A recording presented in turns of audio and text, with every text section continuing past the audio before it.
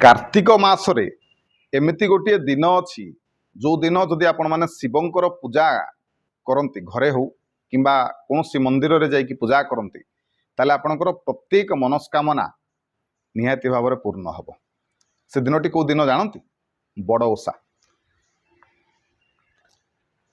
वैकुंठ चतुर्दशी बा शिव चतुर्दशी बड़ ओषा कार्तिक मासरे पड़ो के तारिख पड़ो ना नवेम्बर मास 4 तारिख पंचुक समय एटा शिवोत्थापन वैकुंठ चतुर्दशी बड़ ओषा व्रत बहुत बड़ व्रत धवलेश्वर पीठरे बाबा धवलेश्वर जो कटक सेठी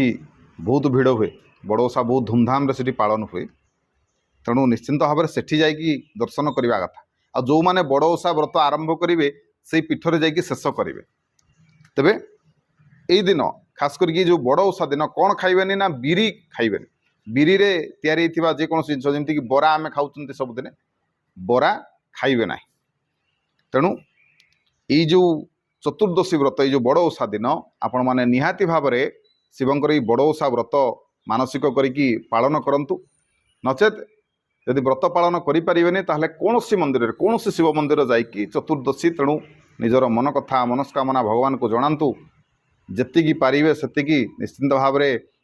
भगवान को पाखु किसी भोगराग नहीं कि जातु शिवंकर दर्शन करंतु निश्चिंत भाव में आपणकर समस्त मनस्कामना पूर्ण हम भगवान आपन को कल्याण प्रदान करेंगे ये दिनटीर महात्म्य बहुत आगे